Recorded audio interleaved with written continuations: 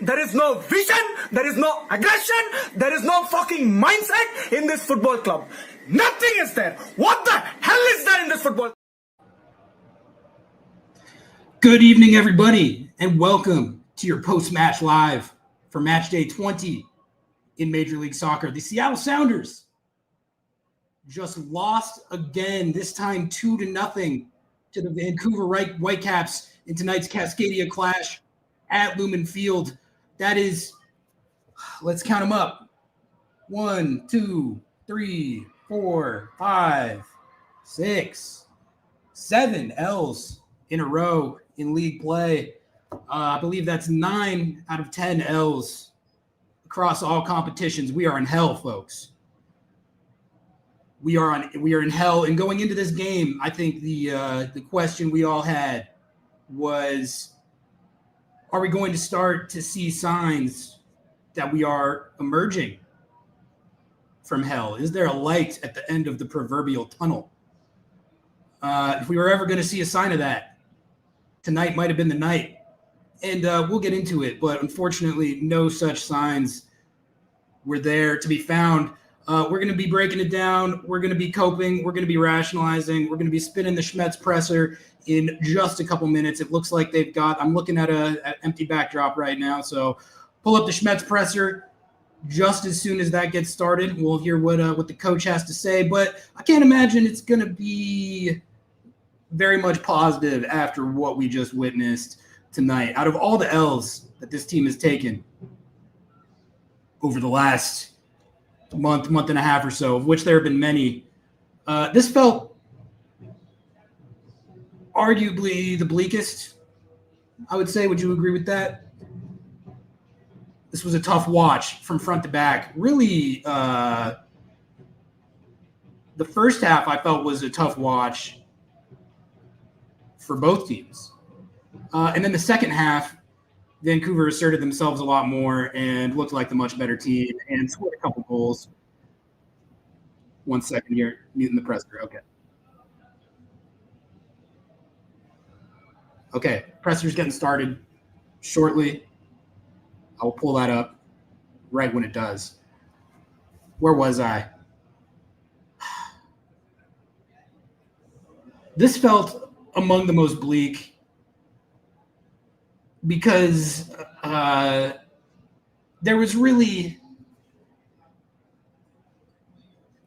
no positives from this match. Whereas I think in a couple of these, you know, if you were grasping at straws, you could come up with things to hang on to. I know that's what I was doing a fair amount of, a lot of coping. Okay, here's Schmetz. We'll begin, as always, with tonight's post-match press conference in the room. If you're joining us on Zoom tonight, thanks for being here. Please go ahead and hit that raise hand function button if you do have a question. For now, we're going to start down here. We'll go Jeremiah, then Maz. Brian, I know we had hoped to stop talking about losing streaks, but that's 7 straight in league play. That's only 4 shots in this game. I don't know. Where do you sort of go from here, I guess, is the question. Well, where we're going to go is try and, just get those guys to believe a little bit more, get those guys to be a little bit sharper in training, get them to recover because we had a game on Wednesday. We're going to keep working. We're going to watch film. We're going to try and get 11 healthy players out on the field, and we're going to continue to try and win games.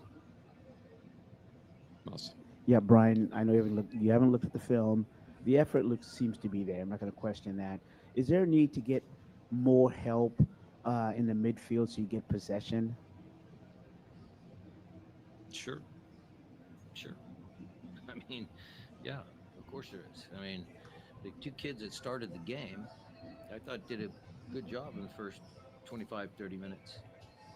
Broke their pressure a bunch of times, but we broke their pressure and then nothing was happening ahead of them. So you can't blame the 2 kids. You got to, once you get the ball past your initial 2 or 3 guys where they were pressing, Then we needed our 8s to be in good positions, and then we needed movement ahead of the ball from there into the final third. And then in the final third, we needed sometimes a little more patience, sometimes a little more quality. I mean, they scored their goal in the 77th minute. And we can talk about that, the duels that we didn't win higher up the field, and, Tino has a chance to end it, and the guy actually misplays it. Knew who keeps him on side, but he misplays it, and they score. But before that, Paul puts a ball on the floor to Masaski. That's a goal. Albert has a chance. Ball drops to him, and he plays Paul early. We'll drive at him a little bit more. So the 2 pivots ain't the problem, Maz. That ain't the problem. And I was in that line. I really meant to see what you said. Beyond the pivots, 8 to 7. Well, we need more production. That's a fact. We lost 7 in a row, Jeremiah. I get it. Those are the facts. I'm not hiding. I'm not going to hide. But, we're trying to do the best we can with the kids that we're putting out there.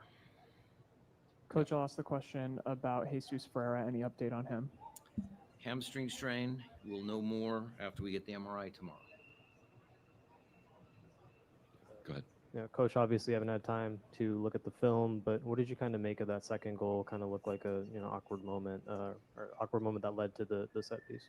Of course, it's an awkward moment because no defender should call for the goalkeeper to come and get the ball. Nuhu just needs to clear the ball. End of story. Okay, Mike's coming around to the other side of the room. We'll go to Nico Moreno next. George, I see you on Zoom. Stand by. Go ahead, Nico. Coach, just wondering if there's anything that you can get out of this game in a positive matter, in the messaging tonight to the guys. And when it comes to the injuries, like, is there anywhere where you sit here tonight and you know where to go from here? I mean, it's got to be extremely frustrating for you to just continue to fall under this plague of injuries. It is frustrating. I'm not going to use that as an excuse, but Jesus is a talented player. So lost another talented player for a while. Other guys are getting closer to come back. The one positive is that they did exactly what the team that played against Chivas did, which is, again, they started out the game on the front foot, and they worked and they pressed, and we got out of some stuff, and we were good for about 35 minutes. And then, then we got a little nervous, started kicking goal kicks a little long, got closer to the half, just wanted to get out of the half, which, okay, fine, fair enough. But then, in the second half, we just didn't have enough quality. All right, we'll go to George next on Zoom, and then I see others here in the room. George, go ahead, please. Coach, the amount of injuries that you're having, does it make you put more pressure on Craig to get new signings? And how hard was it to watch the Vancouver Whitecaps celebrating the Cascadia Cup at home? Well, we talked about that before the game. Similar to what we do against Portland when we play there for the Cascadia Cup. I remind the players that the Cascadia Cup is important. It's important for the fans. It's the singular fan trophy in this league. So, they knew about it, and it is frustrating. We haven't won it since 2021. So yes, that's a problem. And, as far as Craig and Adrian and feeling pressure, yeah, they feel it. I don't need to say anything. All right, we'll come back here in the room. Callahan, you're next. If there's others on this side of the room, please show hands. Coach, obviously you don't control what Craig and Adrian do, but what can you do to inject some more life into this team in the coming games? Well, I don't know if I need to inject more life. I need to figure out a way how those guys believe, how they believe they can win, get them to, again, simplify their game. Sometimes you look at Paul, he's such a good example. He wears his heart on his sleeve. He does everything that you ask him to do. He works again, he runs, he fights, he battles. But, how do I help him in those moments where he needs to complete that final pass? Those are the little margins that we're talking about. And, yellow card, he gets a yellow card, and yeah, it was a yellow card, but then he goes and shakes the guy's hand. Well, Vancouver's not your friend. It's not your friend. Another player's down. Jackson Reagan's helping him up. Well, unfortunately, they're not your friends. So some of that kind of help is coming, and we'll see what happens. All right, yeah, we'll go right here, and then back to Nico. Coach, it was another game where the fans are very clearly frustrated and fed up. Another home game where fans are leaving minutes before the whistle. Once the first Vancouver goal went in, fans started getting up. What do you do on the pitch that is going to, win these fans back on or off the pitch? Well, I'd be frustrated if I was a fan too, but the real fans are going to stick with us. We're going to get better. We're going to get guys back from injury. We're going to win some more games this year. So, I'm asking for a little bit of patience, but they paid the ticket. They paid the money. They can say what they need to say. They can boo, they can leave. That's fine. But the energy and the fight that the team will show, maybe that's something that they can latch onto. The players haven't given up on them. Players are still working. So hopefully the fans don't give up on the players. All right, we'll start follow-ups here. Nico, go ahead with yours, please. Coach, just was curious about what you thought about your substitutions today. Did it have the impact that you wanted? And was Snyder Burnell coming off? Was that tactical or was that physical? It was precautionary. He's got a tight quad. All right, coming back around this side, starting with Noah. We'll take a couple more. Hey, Coach, I want to talk about the number 9s. Obviously, neither Osaze nor Moose has really broken through in that scoring sense. Mark Bronick gets 2 today in his next pro match. Are we going to maybe see him in that rotation? What's that competition look like in that position? Craig brought Mark Bronick up from Defiance. I think that wouldn't be a smart move. We need a little bit more than that. Bronick is a nice kid. We had him in. We brought him down to Mexico. I know who he is. He's got some good starting points, good young talent, but that's a bit much of a jump, in my opinion. All right, Jeremiah, and then we'll close with Maz. Yeah, I know you've sort of stuck with the formation here, and you stuck with the attacking group. Is there, changes that you think you're going to have to make to either the formation or in the attack there to? Yeah, we ended the game with a different formation, so everything's on the table. I mean, I wish I could look down on the bench and Seba's the first attacking sub that we got, Seba Gomez, and then there's Javi. There's Osaze. All right, Maz, close it out. Now, you might not have the answer for this, but how do you teach creativity in that attacking and yet at the same time be simple in how you play the game? Well, the other day when we highlighted a couple of things that we did well against Querétaro and we scored some goals, it was youthful enthusiasm. It was Seba Gomez and, getting a goal and assist. But there was one play, Maz, that I know you'd appreciate. That's a simple soccer play, and it's creative. It's called a give and go. 35 yards from goal, left-hand side, him and Jesus. Seba just plays it and runs, and he receives the ball back again. Like he miscontrolled it, and the defender got it. But it's simple things like that they do with a little bit of intensity in their movement and their desire to get beyond their opponent and closer to goal. Those are the things that we're lacking. All right, we'll leave it there. Locker room is open. That concludes tonight's post-match press conference. If you have needs for Wednesday's match coming up against Austin FC, please reach out to a member of our staff. Thank you.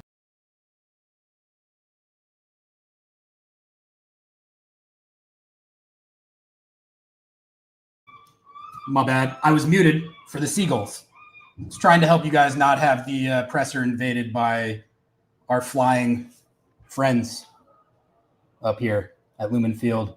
As I was saying, there you have it from Brian Schmetzer. After another Seattle Sounders loss, their 7th in a row in league play. And a a lot to get into with the presser there. I'll talk about the presser, give a little more of my thoughts, and then I'll toss the call link in chat and get you guys in here. But let's start with the lineup. Then we'll talk about some of Schmetz's answers. But I had a bad feeling about this game. I think partially based on just the general state of affairs lately. Things have not been going that well. So I had a bad feeling to start. But when I looked at the lineup, I raised my eyebrows a little bit because what have we talked about? What have we been talking about for the last couple weeks on our show? A lot. It's this team's struggles in midfield in particular. I've made the argument that a lot of what has been going on over this losing streak has a lot to do with ripple effects if you start right there. The skill sets at that position with the personnel they've been putting out there, they're not complementary, and they're not what you need to make this system function. It's not what this team has had at those spots on the field that have made this style of Schmetzer ball function at a high level in the past. So what did they do? What did they do a couple games ago? They put a Roldan on it. They moved Alex Roldan to that area of the field. And, did it look incredible? But no. But they got a win in Leagues Cup over a bad team. But the operation certainly looked more competent in that game than it had been. I don't know how much of that was due to the opposition. Probably a lot. But it at least looked like something better than we had been seeing. So what do they run tonight? They run in midfield with Sniper Brunel and Peter Kingston as your center mids, and then Alex Roldan at center back. Which, I don't know, man. Maybe it wouldn't have made a difference. Maybe I'm barking up the wrong tree. But what evidence was there from the prior matches that was going to work? If it was me making the lineup, which it's not, if it was me making the lineup, I would have put Alex Roldan next to Peter Kingston and then started either one of Antino Lopez or Stuart Hawkins. Frankly, I would have started Stuart Hawkins in this game. You know why? Because he is probably the most creative attacking player on the team right now. Stu Hawkins breaks lines with his passes. He's creating chances out here. He's setting up Osaze with the outside of his foot from the flank. So that was thing number one with the lineup where I'm like, all right, I mean, this is why would this go differently than it has been going? But then it was interesting to hear Schmetz address that in the press conference because he came to the defense of the double pivot, which on one hand, he's the coach. That's what I expect him to have his players' backs in a situation like that. But, he said the kids in the pivot weren't the problem. The problem is higher up the field. Well, then that is an indictment of what's going on higher up the field then, which are the players that make a lot more money than the pivots. So it's got to be somebody's fault. I tend to think that their lack of ability to control games from midfield is among the bigger issues that they have right now. But let's talk about the attack because, there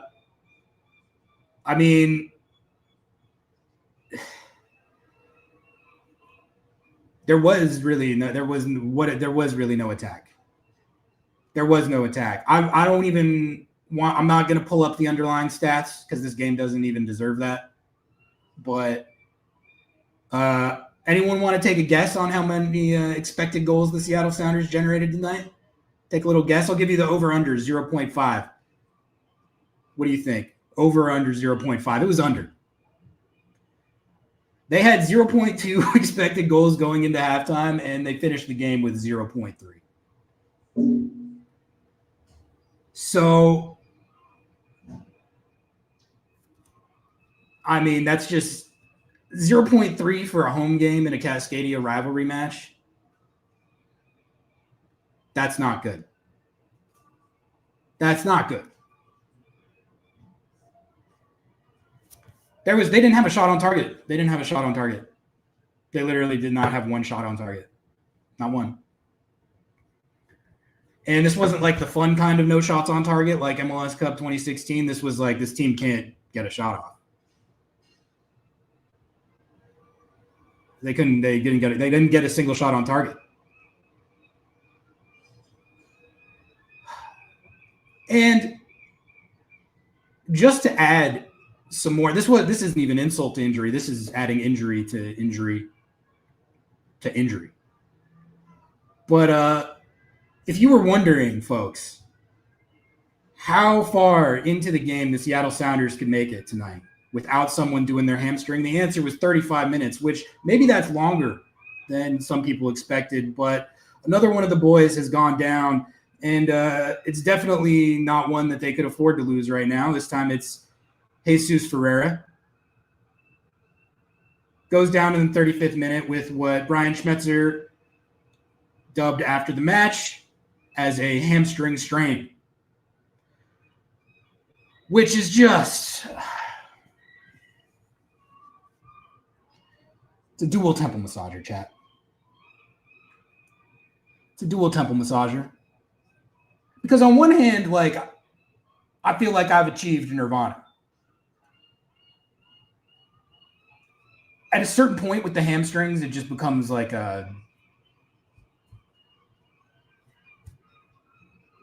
it's just like, what minute's it going to happen? And I'm sure we'll talk in the weeks to come. We'll theorize more about why this is happening, because it does feel like there's something going on. Feels like there's something going on. You've got these situations where guys are getting injured, they're ramping back up, and then they're immediately getting injured again. But now you have guys, Jesus Ferreira had avoided the hamstring FC fate to this point. But now even he's doing his hamstring. Seagulls, what is going on? What is going on? Please tell me, guys. Squawk at me. Yeah, you. I'm looking at you. Yeah, fly away. I don't know what to do about these guys. But needless to say, a hamstring strain for Jesus Ferreira is decidedly not ideal. I will say they didn't look particularly close to scoring even when they had the starting front four out there. So I don't know if it would have made a difference like from that regard for this individual game. But with the amount of games that you have coming up, to lose Jesus Ferreira for what I would imagine a hamstring strain, that's usually 4 to 6. We'll see what happens. We'll get the prognosis from Schmetz next week. But we're probably looking at a 4 to 6er right there. So there is an element of this where it's like, okay, I mean, if you're rolling without your DP9, your DP winger, and your highest paid TAM attacker who's on DP escalators, I'm not expecting the XG to look particularly high in these games, but even with that taken into account, man, 0.3 expected goals with 0 shots on target.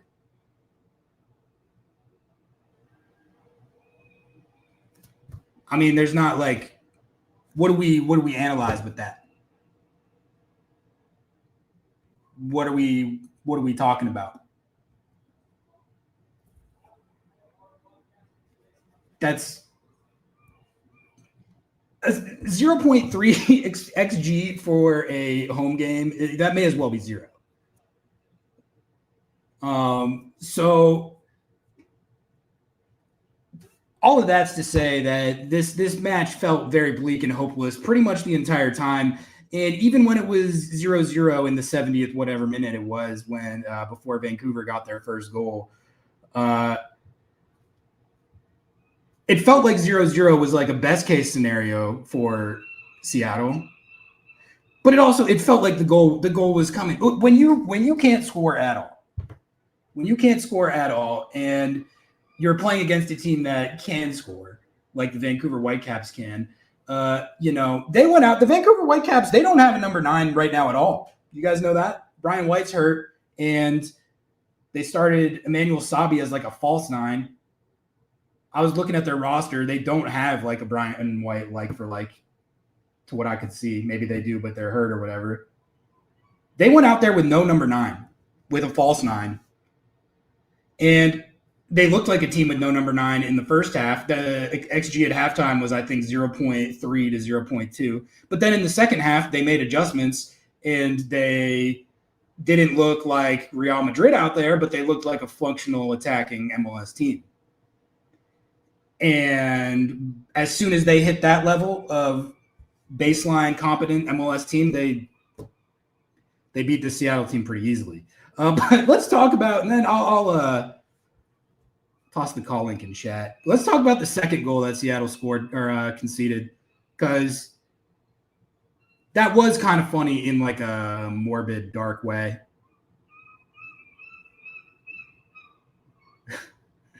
Nuhu is here's what I'll say first and foremost is Nuhu's actually been playing pretty well during this whole losing streak. I think he's the least of this team's problems, and I don't think he played like really bad tonight. Schmetz might have disagreed. He pointed out Nuhu like 2 or 3 times at least in the presser. But like I'm not gonna like rag on Nuhu too much for this, because I feel like he's an easy scapegoat in this scenario, and I do think he's actually been playing pretty well on the curve of how things are going right now. But this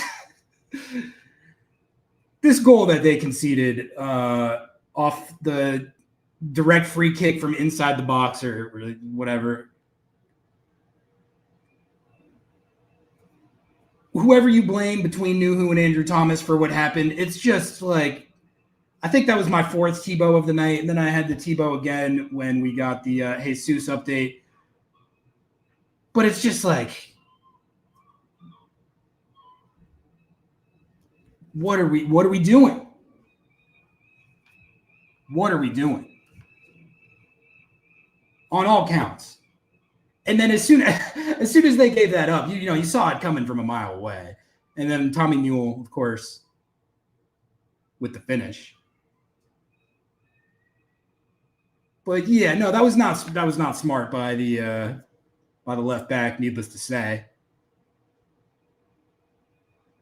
But it just sort of sums up where we're at right now. Like that was surreal. That was surreal to watch, but especially because you knew that it was going in. So it's just,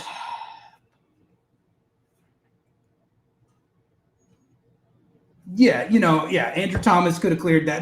There was a lot of things that could have been done differently to prevent that situation. On all counts. Not a good play from the fullback. Not a good play from the goalkeeper. Just clear it. One of you clear it. Like what? I don't know. All right, I'm going to toss this call link in chat. I'm going to hit these super chats. But go ahead. Everyone tap in here. Andrew, thank you for the $10. Appreciate you. He says, GoFundMe for Pedro de la Vega, knees, legs, entire new body. Yeah, I mean, we might need a bake sale super chat fundraiser for the medical health of this entire squad, apparently. Thank you for the 1,000 joules as well, Andrew. Appreciate you. Luis, thank you for the 10 joules. He says hiding. Another $9.99 from Robert Seamster. Thank you for the support. Appreciate you all showing us love, tuning in, even in these dark times. He says the spine of this team is cooked. Correct. Yamar out. Correct. Double pivot is AWOL. with Christian on the trainer's table, and our strikers can't buy a goal. This team is in bad shape. Yeah, it's definitely not good. It's definitely not in good shape when you've lost 7 in a row in the league, 9 out of 10 all comps. Listen, the MLS record losing streak is in sight. I think it's like 12 or something. Could be watching history in the making. All right, call link. Call link's in chat. There you go. Tap in, come cope, come rationalize, dish your takes. Usually I have more juice for the monologue. But this one kind of took it out of me. All right, hell yeah. We got Gianni leading it off. We got James after that. Let's go. We're rolling. We're kicking off. All right, Gianni. What's up, man? You are on the stage. It's another loss for the Seattle Sounders. 2-0 against the Vancouver Whitecaps. A cool 0.3 expected goals for the boys. What's up, man? How you feeling? Man, how are you not expected to win a game with that XG, right? Like, that's I thought we had it there. Like, it was really close. Sometimes 0.3 plus 0 shots on target, you can work with that. But maybe sometimes the other team will just kick it straight into their own net. Like, that's kind of what we were hoping on. Like, I don't know what else the fuck we're gonna do. First of all, I want to say something. Yeah. There's like 200 people in your chat right now. 2 likes. 1% of people have liked your video. That's got to be like that's kind of bullshit, isn't it? It's unacceptable, and I frankly refuse to even believe that. I think that's got to be some sort of algorithmic miscalculation by the oligarch class, because there's no. I'm doing the math, and the math is mathing, and looking not good. So everyone like the video. Also, sub to the channel. We're trying to get to these 4K subs, and we're getting there, but it's a slow burn. So like the video, sub to the channel. So, all right, we're up to 62. Anyway, yeah. Enough. Okay, I mean that got at least 60 more on there, so that's good enough. What the fuck are we doing? Like, I really do want to know what the fuck are we doing. So, we went it's 7 league games, and we keep trying to play this pocket winger strategy, right? Yeah. We have a target forward, right? Mm-hmm. So we want one side of our offense to not run up the side and instead tuck in. And we expect the rest of the service to come from one side of our offense, right? Mm-hmm. And that side is the same side that has Nuhu as our left back, right? Yeah. Notorious for being great at ball progression, right? Yeah, widely known as an modern attacking fullback. Yeah. Yes, yeah. Well known for both his attempts on goal and assists created, correct? Yeah. So what in the fuck are we doing? Yeah, I was having a similar thought, because I felt like we had this discussion last year when they were first trying the Jesus Albert dual 10 pocket winger kind of strategy, and that was not working last year when they were first trying it.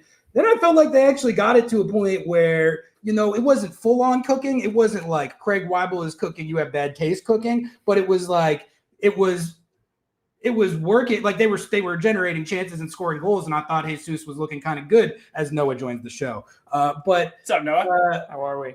But like tonight, that was part of where I was like, man, like even before Jesus had to come off, like there was no chance generation from anywhere. It feels like that whole thing has regressed. No, I mean, like we've literally gone back to square one. Like we do not know how to progress the ball forward. So we take the ball, we get it in our defense. We automatically swing left because the only one who's going to make a run up the line is Paul Rothrock. Yep. The entire opposing team knows that Jesus is going to tuck it. Okay, well, that condenses the right side. You can't have the right back start sprinting up line, because if we turn the ball over, where do you think the free pass is? So, knowing that, what are they going to do?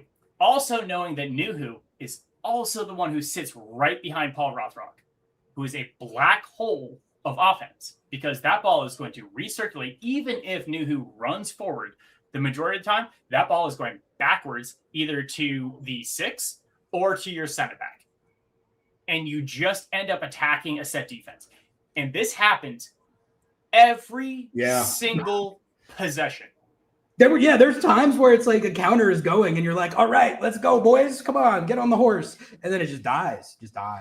Yeah, I don't really know what we're doing, because we are eliminating half of our offense by having Jesus having to tuck in. Because that's the only thing he can do. Like, he is not running the line. He's not running as a winger. And if we wanted to play him like that, then he needs to have that direction, because he's clearly not doing it. So that's obviously not what he's being told to do. Yeah, it kind of feels like the number 10 situation is like you gotta play like you have to pick one. Yeah, you have to pick one. You gotta pick either one. that, or you're gonna put Albert back into the dual 8 situation. Like, we don't fucking want to do that either. Yeah. No. We all know how that went his first year here. It was dog shit, and we can't do it. Yeah. Hey, I mean, they won CCC doing that shit somehow. But sure, we did it. We did it in spite of Albert being, and that not was back because he was the 8. That was back when this team had peak Nicolas Ladero, Raul Ruidiaz, João Paulo. Obed was sitting there in the dual 8 with Christian. No, that's right. Obed had the broken back that year, didn't he? I can't remember. I always forget which year he had. No, Obed was like just starting to kind of get in the rotation for that. Was the whole thing. They were like, wow, a 16-year-old helping them win CONCACAF Champions League. Oh, okay, yeah. So he was actually playing, and he was actually providing those progressive passes. Mm-hmm. And this is Christian was playing on the right wing for a while. Oh yeah, that was right mid rolled on. Yeah. Mm-hmm. Yeah, that was when Christian was like being, oh yeah, by the way, I'm a right wing. It's like, no, you're not, but sure. It's because Christian is allowing Alex to overlap, because Christian would suck back and actually take over that right back position, which is the only reason that was working. So the only way you can get the width out of this kind of formation is if you had that rotation where Jesus actually, instead of sucking in, was actually dropping back, so you could allow that right back to truly overlap. Which is not going to happen, because Jesus is not that kind of defensive guy. We agree. I agree with you. I don't know how long Gianni's been cooking, but I have so many takes. I'm sorry. I'm going to boot you off. I'm going to be honest with you. I'm so sorry, Gianni. You rock. I'm taking a stand here as the selfish man myself. Drink to the Sounders. Cheers. Thank you for calling in, my friend. Appreciate you, Gianni. We will talk soon. Ari, I have to give you an update from the locker room. Yeah, please. It's dire. What was the vibe?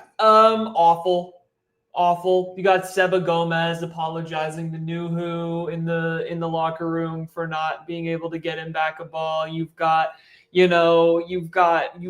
just the worst. Talking to individual players, they are not happy. Who did they send out? They had Bert Snack, and they sent out Alex as well. Alex Roldan. That's a good send. I don't know if they're. I think Lobbing Scorchers might have had an impact on because we were the first ones on the front lines when they sent Snyder B out there. It's true. Yeah, it's true. But yeah, it's a tough scene in the locker room. Genuinely, like, not at all good vibes. Some of the worst vibes that I've ever experienced in the locker room. Even just like talking one-on-one with players, they're like, I'm like, oh, because usually players, they understand. It's like, it's a game, it's a match. It's, whatever. Like you lose a game, it's not the end of the world. When you've lost 9 out of 10. When you've lost 9 out of 10, I'm telling you, even like the young guys who are just getting minutes, I'm like, oh, but it was great for you to get minutes. They're like, I guess. Like, so it's this game hurt them badly. I mean, badly. The vibes are terrible.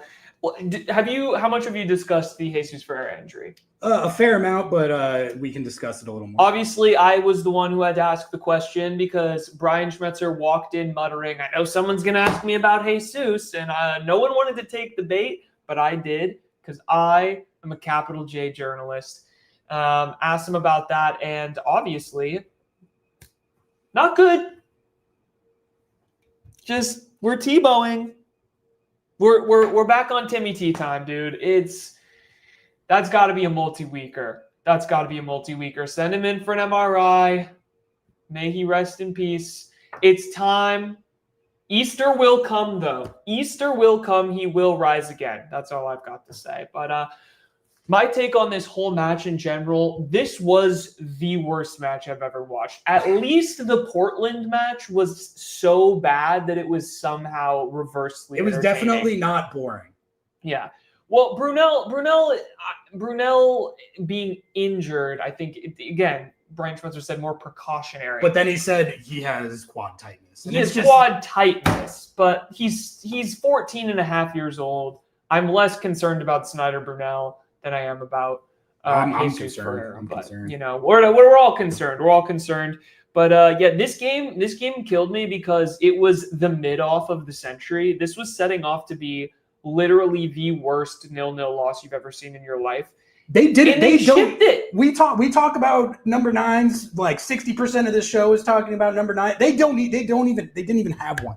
They didn't even have a number 9. They had Tommy Mule scoring a goal from picking up the ball in the box, free kick, pinging off the corner post, which like everyone's like, we should send Andrew Thomas into the ocean, and I'm like, bro, like at this point, I can't even be mad at him. Like, what the hell is Nuhu doing there? There's bad communication. The game was falling apart. The game state was falling apart at that point. Just absolute disaster. Just disaster. It didn't matter. They would have lost the game anyway. But it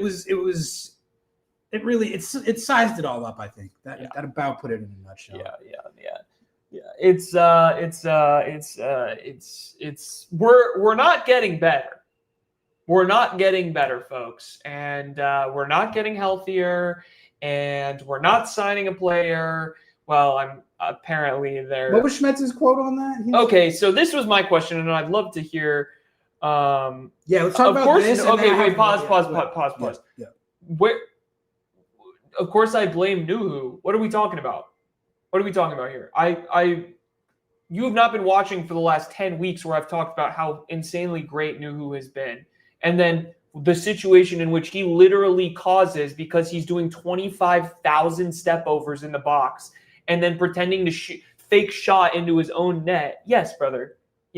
I'm so sorry, but that is on Nuhu. I qualified when I talked about it earlier. I qualified that Nuhu's. I would say if I was ranking the problems over the last few weeks, he would be very low on the list. But that was, I just have no idea what. Phillips in this chat crashing out, and he's trying to make me crash out, so I'm going to keep it pushing. But Mark Bronick. What I heard from that quote was, "We're absolutely not going to play him." What would that? That was okay. So I asked that question. Never expected that answer from Schmetzer. Schmetzer said he's not ready, and it would be a massive jump for him to come to MLS. And okay, wait. Am I tripping, or was there a part where he was like, Craig brought him up, but I think that was a mistake. Yes. Was that not what he was saying? Yes, basically, yeah.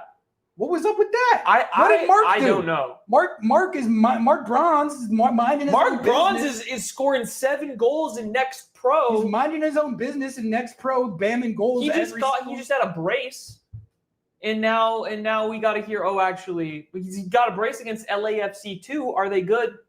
No, but like, why he really like. The whole Mark Bronze idea, he was like, straight, I am dude. not down. He caught us straight crazy on that. What was up with that? I feel like, okay, Why this is my read on it. My read is either he's taking this as we need to sign a number 9, or we need to make a signing. We need an actual impact player. We don't need to just backfill with Tacoma Defiance, which if he would have said that, I think that's fair. People are saying like a USL striker is not going to make a difference. I mean, first of all, Osaze, this is what I said when I walked out of the press conference. And Osaze is ready? Exactly.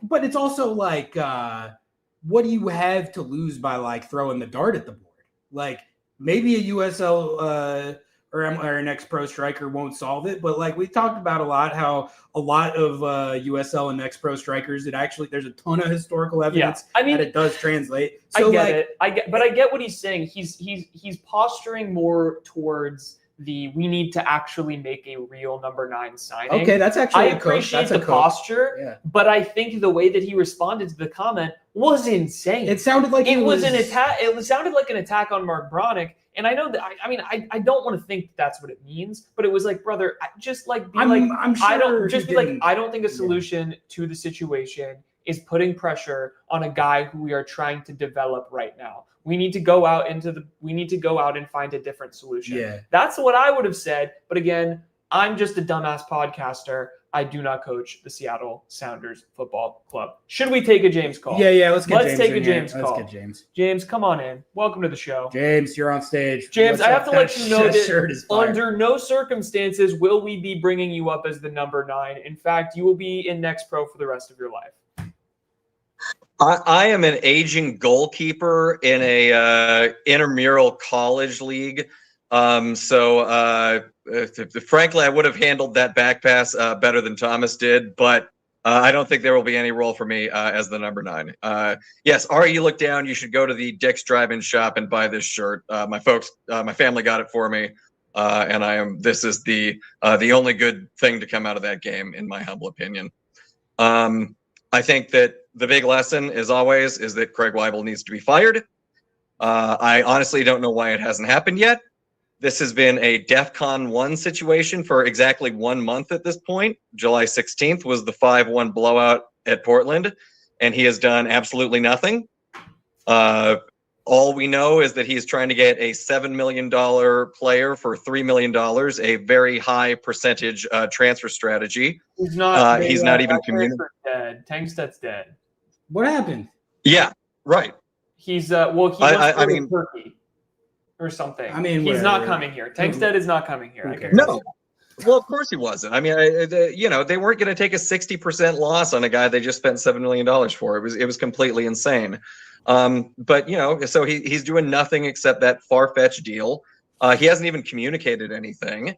And look, if the problem is that he's not being given a budget, then frankly, he should just come out and say that. And look, we all know that Hanauer is this nasty, cheap, overconfident, silver spoon-fed trust fund baby. But Weibel's going to get fired at this rate anyway. What does it matter if he just comes out and says, I got no money, I can't do anything? Take it up with the owner. Maybe he gets fired now, or maybe he gets a little bit of money in backlash like Lagerwey did when he threw the owners under the bus in 2018. It's worth trying because he's not going to survive the GM vote at this point, nor should he. What do I say to that? I don't know. I think your number there's kind of nothing to say. That's kind of what I came out of this game feeling like, because it's like there was nothing positive to take out of this game. There was this, and like I said, this match to me was more frustrating than that Portland match, because the Portland match was just so far gone so quickly. It was like, all right, whatever. But then coming off of a game in which at least there felt like there was some juice, there was some energy with these young players in that Chivas match, immediately we're back to the same formation and the same players. And I'm like, did we learn anything? Did we try anything? I understand. Okay. I also understand it was midweek. You do have to rotate. But I don't know. It doesn't seem like there's anything that's getting better, anything that's getting easier. And I think to your point of the Craig Weibel thing, there has been silence. There's nary been a rumor. There is like, and even when there is, it's like we on this stream can point out like 3 immediate needs in positional, like 4 positional players. And you get all of us idiots in a room, we could pull together 7 different transfer targets for all 3 of those needs, right? So it's a little odd to me that we don't even get rumors for that. They should be feeding us rumors. Listen, anyone in the front office, call me, feed me a rumor, because they're not even doing the PR for it well. Like, at least do the PR around it. You gotta make fake rumors. I've been advocating for that for a while. Yeah. Give me something to at least pontificate about. Like, again, everyone was like, Kasper Tengsted's like a good choice. And I was like, I think he's like, for what you're going to pay for him, beyond average, whatever. Regardless, again, it's the year of Noah being right, but that doesn't matter. On the Craig Weibel thing, back to that. It's, do you think he wins the GM vote? Do you think he even has a chance in the GM vote? His best chance is just that it doesn't meet any of the quotas. I think there's a chance. The last 2 GM votes have not gotten to the 40% quorum, and then 67% out is a high bar. But look, even if it's 39% and 55% out, how do you renew him to a new contract when the majority of the fans have said this guy sucks? And it's not crazy for them to say it, but no, if I could, I wanted to riff on. I actually wanted to mention something that you brought up, which was the comparison to the Chivas game, because after that game, Brian is getting emotional, really talking about how hard the young players worked, and he said something along the lines of, this was a message to some of the veterans that they need to step it up a little bit. Who starts this game? Albert Rusnak. I pulled just a few quick stats comparing Rusnak's game against Vancouver to the 63 minutes Jesus played against Chivas. Rusnak 30 touches, Jesus 43. Rusnak 1 chance created, Jesus 3. Defensive actions, Rusnak 0, Jesus 6. And again, this is with 30 fewer minutes. Rusnak didn't do anything. He listened to Schmetzer say how important hard work was, and he decided to completely phone it in. He wasn't getting open for passes. He wasn't doing anything. He certainly wasn't defending. And, look, Schmetz dropped Nico and Raul. Those guys are absolute club legends. Rusnak has never been fit to lace their boots. Were they really playing worse than this when they got dropped? And yet Rusnak is out there every single time, even as Schmetz talks about the importance of hard work. So, look, I understand Schmetzer has an impossible job here. The injuries piling up. The roster really wasn't that good, even once you take the take the injuries out of it. He doesn't have any game changers at all now that the Pedro La Vega is out for the season. He's just not helping himself.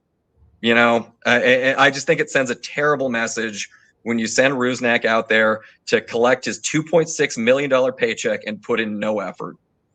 Yeah, I mean, I was hearing some complaints from some former, whatever. I was hearing some complaints from some people along the same lines with Jesus as well. Like, dude, you're making all of this money and maybe you're not as involved as you should be, or the grit in that like die for the badge situation isn't there.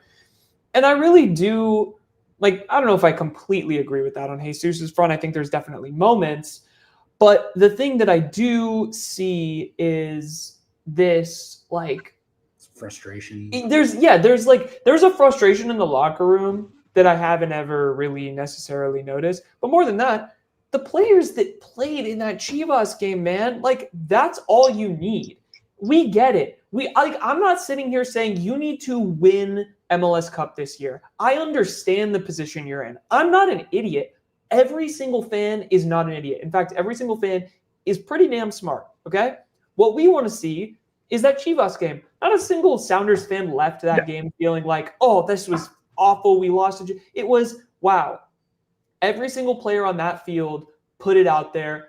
We slipped up for 15 minutes and lost to a team that has a transfer budget that is literally like $100 billion, right? Who cares? I don't see that in a lot of the in a lot of these games, it's like the bite. And Schmetzer said this in the presser. He's like, why the fuck are you helping up a Vancouver Whitecaps player after he gets knocked over? Like, Jackson Reagan, quit helping people up. Like, Paul Rothrock, if you knock someone on his ass, leave him on his ass. Like, look at him. Get that bite. So, yeah, I don't know how this all plays into the fabric of everything, but it's like, man, the vibes are nasty in the locker room. I don't think that they're fighting with each other. I don't get that sense. But I sense that they're down. They feel down and out. And you got to just play the guys who want to just be there and fight. Play the Chivas lineup. Play the Chivas lineup. Play the Chivas lineup. Would anyone fault him for just rolling out the Chivas lineup? Would anyone fault him? Not at all. I mean, this season, let's be honest, this is over. You know, we've had bad seasons that we turned around in the past, but it involved a Ladero, a Raul coming in and turning things around. That doesn't seem to be in the cards. And so just write this off, you know, and just you need to look at this. Danny Musovski is not going to play a role in the turnaround. Alex Roldan as your center back is not the future. Albert Rusnak has got to be out of here at the end of the season. I would rather lose with Stu Hawkins, seeing what we got there. Yes. Yes. Okay, here we go. Yeah. He made a terrible mistake on the first goal. Why are we still subbing in Kim Keehee to close out games? He is 7 years. Brian, 2 center backs on the Brian bench. doesn't care about youth development. Like, I love Brian, and he's the best manager we can possibly hope to have at this moment. He has never cared. He does not care about youth development. He will put the kids in. If there is a massive injury crisis, he doesn't care. I mean, you look at the selling off of the kids at the beginning of this season. Scorchers. We're tossing Scorchers. Keep cooking. He Sorry, doesn't. Wouldn't he have thrown a hissy fit about losing Baker Whiting, Danny Leyva, Georgie, if he cared about this stuff? I mean, I for all the blame we put on Craig Weibel, the idea of bringing in a bunch of MLS journeymen and selling off the young players to fund them, that doesn't sound like something that is inconsistent with Brian Schmetzer's history. I mean, we've all seen, Cody Baker, Reed Baker Whiting gets a game, they make a mistake, and they're gone for another month. I mean, that's been a pattern for a long time. You know what else also adds to your narrative there? The Mark Bronick comment. Because if you deeply care about that guy, he was one of the best players in USL, like the top league of USL. He was a goal scoring machine. The Sounders bought him because they were like, oh, we can develop you into something. Maybe it's not starter. Maybe it's like, who cares? You figure it out, right? I don't know. Maybe I'm just like, maybe I need to rewatch. I need to rewatch what he said, but every reporter after came up and said, I was not expecting that response. And I don't think he meant it this way, but it came across like he was like tossing strays at Mark Bronze. Yeah, dude. That's what it. Kid sucks. Don't bring him up. That's what it sounded like. That was my gut reaction. Yeah, and I think that. Look, I mean, the reality is, look, we have history where these guys stomp on Next Pro, Osaze, and then they come up a level. Osaze, he's had his moments, but he's obviously not going to turn a season around. You never even got a sniff in. I mean, it is an enormous gulf between Next Pro and MLS. And one of my little theories anyway is that when Lagerwey was revamping this whole academy thing, our second team was in USL champ. And then because MLS wanted control, they spin all the academy teams off into this MLS Next Pro that is just a much lower standard. And I think that's been a problem for development because it's just this huge leap up. I agree that Brian could have phrased that a lot better without seeming to kind of dump on the kid. If his overall point was a Next Pro striker is not going to turn this around and we need to go out and invest, I agree with him, but it definitely could have been phrased better. My bad. He played in League One, not Championship. That's an important distinction, though, because if he was the champ, League One, I would say, is pretty comparable to Next Pro. Yeah. You know, there is Colton Swan at the Charleston Battery in USL champ. 7 goals, 19 years old. You could get him in as a pretty cheap U22. Better than nothing. At least it'd be kind of a fun story. Yeah, it would be something. James, we're gonna keep churning through the queue here, but you got any last takes you wanted to get out there?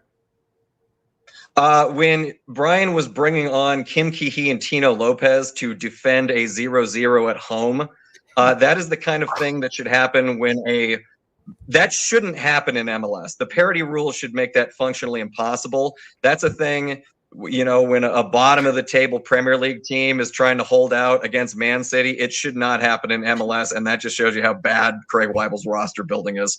Defense prevents winning.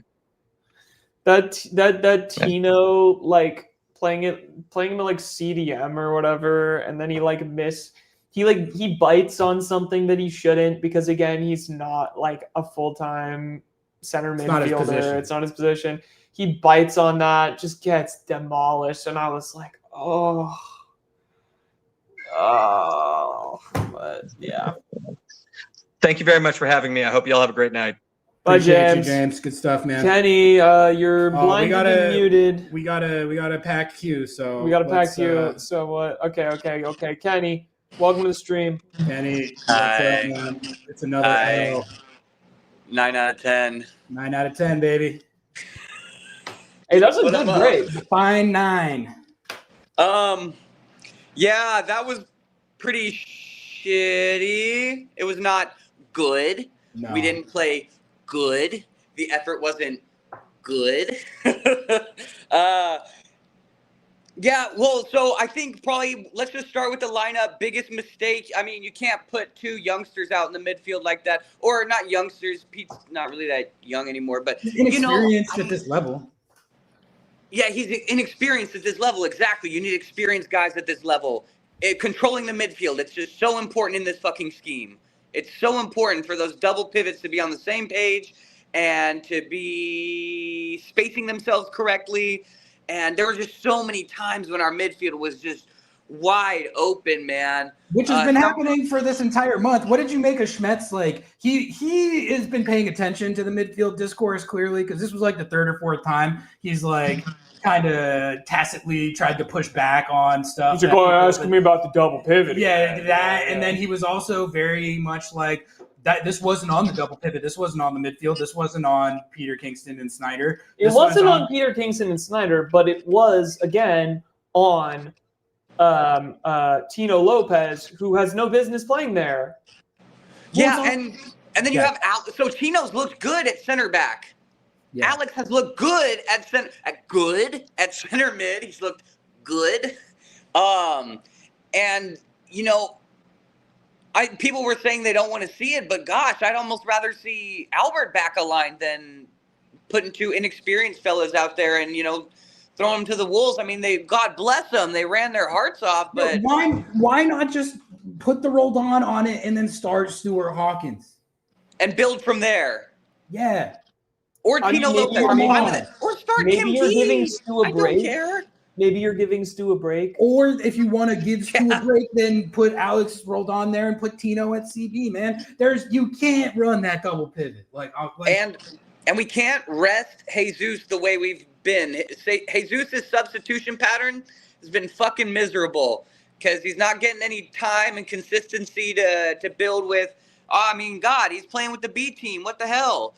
And then, you know, he finally gets another start and he's injured in 30 minutes. And, you know, I mean, gosh, I was hoping Jesus would be a centerpiece to build around for years and years, you know, and his best position's always been second striker. So for me, I want to see a 3-5-2, you know, just lock it down, get back to basics, put Jesus up there with Osaze or whom the fuck ever, you know, whoever he wants to put up there. Anyone but Mark Bronick. I guess not. Yeah. No, that's what he said about Cody Baker back in the day. I know what I have in Cody. And then didn't play him for a full year. I guess let's go to Nuhu. I don't really want to like make him the focal point of this because, first of all, I think he had a very, very small part in the first goal. That's on Kim, and I think Alex was Kim defended on like shit. Nuhu was out of position. There was multiple things that happened in the lead up. It was a The was a buildup team came giveaway. all down It the was a right team flank. gift. The buildup came all down the right flank. It was all through the right flank, and it was instantaneous. And so I don't think Nuhu was expecting his two veterans on the right to get completely torched. So he bailed on the offside trap. And let's talk about the second goal. There's no way around it. Nuhu takes some of the blame there. He has to. It's at least 30% of the blame. To me, he's fucking communicating. Here's the problem, really, because Nuhu will communicate and say, here, and then he'll do a step over and turn out of it. So you never really know what he's going to give you. You know, that's part of why I love him. You got all facets of the body language. He's like, yeah.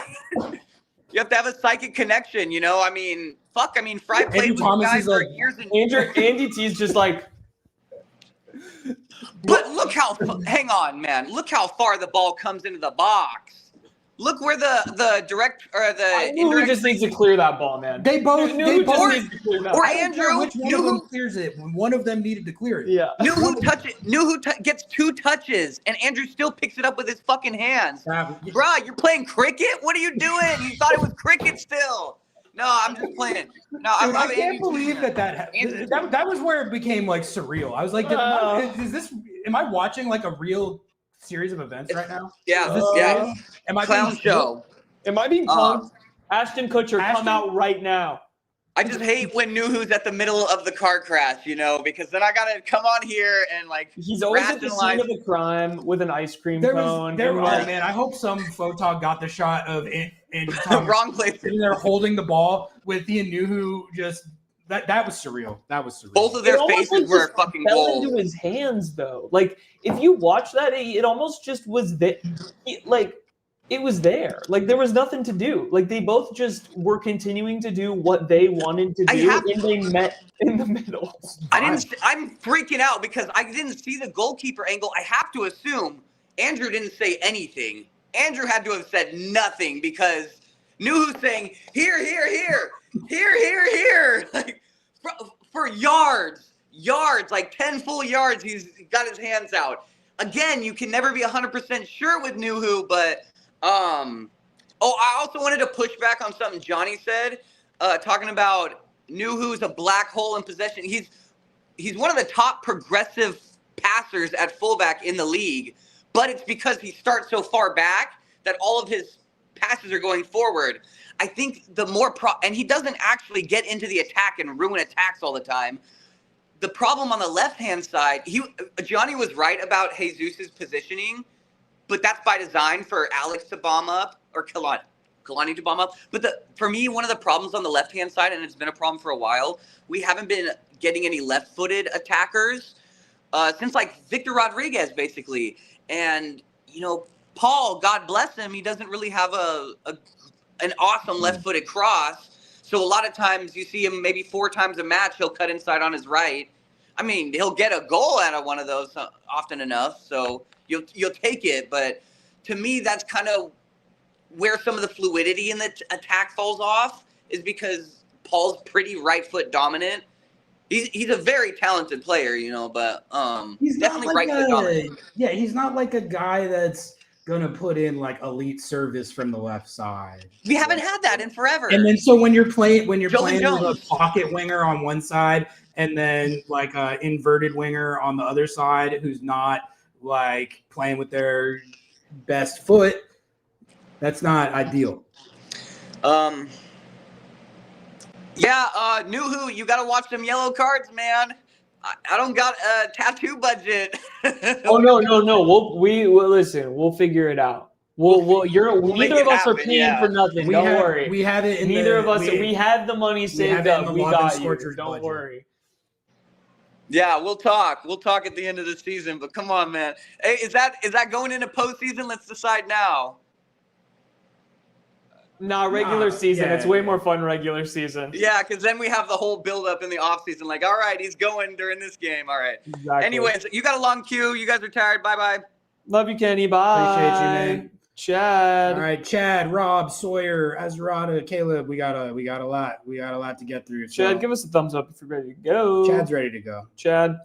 How we doing? doing? Chad, you're on the How's it going, stage. fellas? What's up, man? Another loss for the Seattle Sounders, 2-0 to the Whitecaps. It's bad. I mean, this one was one that I expected, honestly, if you lined up the games that we had on our list, but just the manner it happened was more disappointing than anything. Honestly, what comes to mind is the double pivot, obviously, but what I think is the real issue is we have Kalani bombing up the side, and normally that's when Christian would come back and cover, but we don't have that person tracking back to the right back. Correct. So that's what left us exposed on that left side for Lumi and what's his name, Bossy or whatever. Bossy? Yeah, And- so I think so. I think you're Yeah, right. one of those guys, honestly. So I think, I don't know. I think that double pivot is really important. Those two are good players individually, but together it's not stability that we Not need. a complementary skill. What I can't figure out why run that. Why run that? There are other options. At this point, with Ferreira out, I'd rather have Kalani up in that position because he's been that right winger that's been bombing down. He's been scoring. He's been the most offensive threat that we've had on that side. He's been kind of a monster for that game. So I'd rather see him up there. Maybe put Petey back in the right. What And about then- Alex Roldan? And then you play Stu Hawkins at center back. I mean, either or, honestly, at this point, because And then you move Kalani up into that pocket spot. I don't know. Maybe I don't know. I like Kalani forward, dude. I think he's better because one thing I think I heard Brad Evans talking about it is like as a right back, your first priority is defending. But in this scheme, it doesn't seem like it is for him.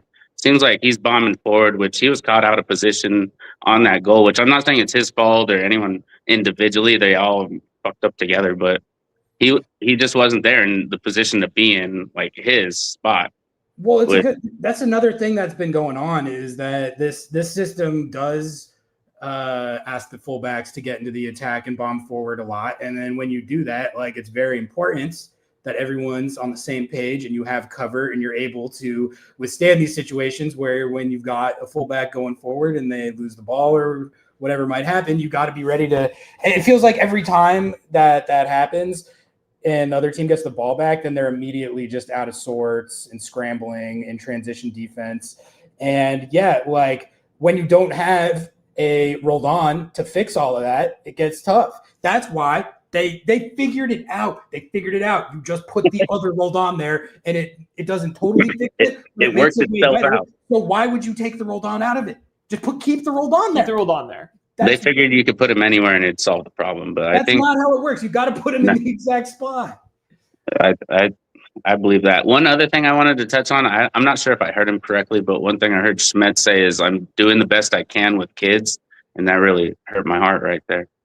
I'm not sure if you guys heard that, or maybe I just heard him incorrectly. Like we're But doing the best we can with the kids I'm putting out there. yeah, and that just kind of hurt my heart for him, man. I was like, I feel pretty. It's like It's not. Listen, when you look at the lineup and you see stars on all these players' names, like they're not. But they're he not also, found. okay, he said, I'm doing the best I can with the kids that I'm putting out there. So that implies that it's the kids' fault. But then when he's been talking about the double pivot, he says, it's not their fault. Why are you guys even talking about them? It's not Pete's fault. It's not Snyder's fault. It's what's going on higher up the field. So which one is it? Am I?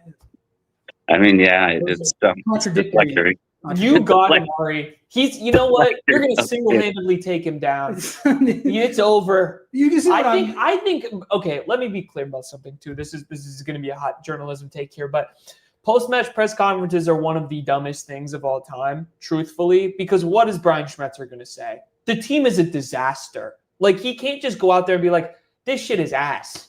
Sometimes are good, sometimes they're shit. Right, like this is shit. This is shit from a butt, and I don't know what to do because like everyone crap. is injured, and every time we go out there, another player gets injured, and like, okay, now ask me again about what the double pivot does. Yeah, or ask me again how I feel about losing my job. Like, Yeah, it's like, listen, it's tough. It's tough. I feel for him. But I agree with you when you were talking about Bronick. What's his name? Mark Bronick. Yeah. Bronick. Yeah, I was like, what? I mean, at this point, what do you have to lose? Yeah, I understand what he's talking about. Like, yeah, we can't just keep throwing the next guy out there. Like, it seems like that's what we're trying to do. But At this point, it's like, all right, well, then if Craig's not helping you, then he's only hurting you, man. It's like, I think he definitely did not mean it as shade at There's context to it too of like they're Definitely. targeting strikers. He and was they are I think trying what to- he was actually trying to make a point I think that fans agree with, which is like bringing up the next pro guy is not going to like fix this. Yeah. yeah, every time we could bring up Yu Sukunome, we could bring up anybody. We could bring up Osada. It's like whatever, endless names. But And they're all right, I'll watching let- him in training. So yeah, whoever scored a goal in training, you're up. yeah. All right, boys, Might I'll be let you guys Jack. go, and congratulations number on 9. your. Yep, What's chat. that? You might be drafted to play number 9 soon. We appreciate No, you. dude, I'm completely out of shape. I had 6 beers already. Hey, lace those boots up, buddy, because we're Lace 'em coming. up. We're signing you. Lace him up. All right, Chad. I'll Appreciate try you, it. Chad. Take care. All right, we got Rob, we got Azurata, then we got Caleb, and then that might be a wrap for the night. I can toss the link in one more time. It's already pinned, buddy. Oh, Don't you pinned even that? worry. All right, it's pinned. A lot of people have liked my scarf. They still had some Hello Kitty scarves left, so I bought it. Yeah, no, it looks good. All right, Azurata, we're gonna bring you on stage. Okay, he's got his camera. There we go. Oh, we got the hat. You got the hat. Azurata, you are on the Wait, stage. where did my hat You're go? wearing the hat. Oh, I think I left my hat in the PB. Okay, I'm So- going to get my hat. I'll be right Noah's back. going to get his Go hat. get your hat. Don't lose your hat. I need. Come on now. So I feel that expectations are in the shitter when you expect before the game that getting a straw hat's going to be the highlight of the night. Do appreciate the hat though. Thank you. This game was rough. I feel that in the first half, their defense did a decent job. Vancouver came in with a high press, and for the most part, defense was able to handle it fine. But as soon as it got across midfield, passing was absolute ass. Like they were not able to pass it at all. Now, I mean, I guess to part of their credit, there was a lot of pressure going on that made them off balance and meant that they had their passes that were not going great. But overall, the offense looked horrible. 3 shots on the night, that's terrible. Like 4, okay. on top of that, Don't sell them short. all sorry, right? 4. Sorry, I guess I checked out by the time the 4th happened.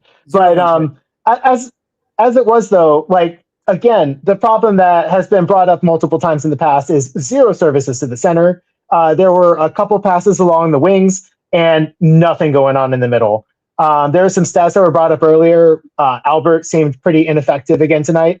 I'm particularly disappointed that Jesus is out. I felt that he had a chance at the 10, and that's obviously not going to happen now. Like we are even weaker now. Even if you're not a Jesus fan, having him out makes our team less strong. So not happy about that. We'll see how it goes. The point where we had 2 goals scored on us was when Kim came in the game, and I'm not saying it's entirely his fault, but he was a centerpiece of the first goal that got scored on us. And overall, I think he was out of position. I think that Alex didn't quite adjust to moving out to the right side in time. That happened like pretty much right after the substitution. So that's pretty unfortunate. But overall, they looked really rough. They cannot pass. Like all of their passes were bad. It was just really, really frustrating to watch tonight. I thought the defense looked better in the first half. And then we got some substitutions in. We had to quickly try and take care of Jesus leaving the game early on another injury. And then we had a few other additional substitutions in the second half. And by the time the subs started coming in, the game plan started to fall apart. So that was incredibly frustrating. Yeah, not surprised at the result. I want to complain Nice. again about Kim Ki-hee getting subbed in instead of Stu Hawks. What are we Yeah, doing? me too. And 100% to your point about Alex not being in the midfield. What are we doing? Like, seriously, why was he not in the midfield? Like, I think that was probably the worst decision of the night. Okay. If you're inside the mind of the coach, like I honestly don't get it. Like, why do you think he?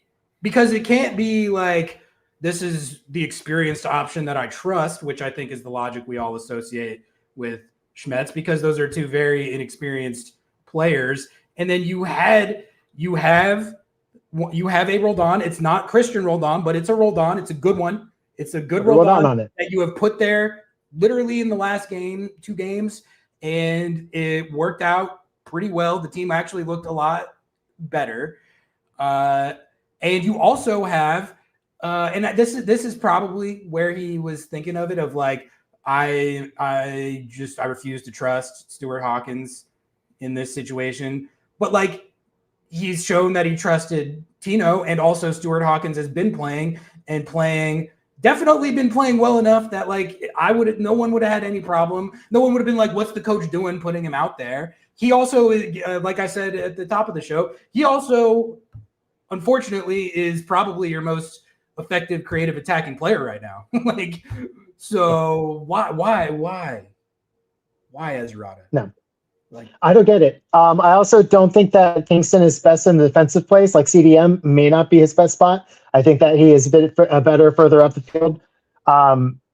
We'll see. Like I'm a huge King Pete fan. Like don't get me wrong, but at the same time, we should have had Alex there. He's not a 6 or an 8. Pete is a winger or a wide back. Correct. Exactly. So that's very frustrating to watch. Already pointed out the issue with Kim early on. Otherwise, I don't really have anything that other folks haven't already said. Oh, actually, no, I do have one other point, which is that I am definitely on the Weibel out bandwagon, but at the same time, I don't think that he is the root cause of the problem. I do not understand how Adrian is completely silent on all this and isn't spending any money whatsoever. We're not broke. We have been in several tournaments. We've made plenty of money over the last couple of years. Why are we not getting anyone at all? Like this whole notion of trying to lowball the player who is going to go to Turkey or Greece instead of here. No, it's total bullshit. I'm sorry. We have a serious problem. We've had a serious problem for over a month now, and there's been no comment whatsoever from the front office. That's pretty inexcusable. It's our front office. It is the owner, and he can't do anything if his hands are tied. I'm not trying to make excuses for him. I don't think he's done a particularly good job, but at the same time, it's ultimately Adrian who is the one controlling the purse string. So what's up with that? Great point, Azarada. So, thanks for the call, man. Appreciate that's all I got. Appreciate all the support that you give us. We love you, man. You're the goat. Absolutely. I had Anytime. to get for you. So Noah's Appreciate it. Noah's got a between the scarf and the hat wild look right now. Yeah, I got to work and get mine evened out. It's brand new. So yeah, anything to bring the vibes back at this point. I'm not above anything, frankly. Yeah. Appreciate you, man. Take care. All right, we got Caleb and then we got Hunch, and then that's going to do it for the evening. Caleb, you're about to. Oh, we got let's go through this super chat real quick. Yeah. Thank you, Azarado, for the 10. Scorcher for life. And then Nate said this team could be entering the post 2007 era DC United period of long decline, and that's just horrifying me. Don't say that. I don't even want to talk about it. Do you see how I'm dressed right now? If I have to become a DC United fan. Just bring Caleb on. All right, it's not the Caleb that you all are expecting, but it's everyone knows the other Caleb too. We haven't seen him in a minute. He's busy. You're not the other Caleb. Hey, what's up? You have Caleb value in your own right, Caleb. Yeah. Thank you. It's nice to see you guys again. Yeah, man. You're tapping from Singapore. I'm tapping from Kobe. I moved to Kobe for a year. Scouting. He's scouting. Globetrotting. He's scouting. Our sister club doing a lot better than us right now. Yeah. What's they won what do you the think, champion man? over here. Another I want us to play simple. Like let's just play simple. Let's stop lobbing stupid balls just everywhere and anywhere. Lobbing And Scorchers, like perhaps. yeah, right? And it's just like I don't understand why. Like if we see good things out of certain games, why don't we apply them? And I feel like it's just been a thing over previous years too, not just this season.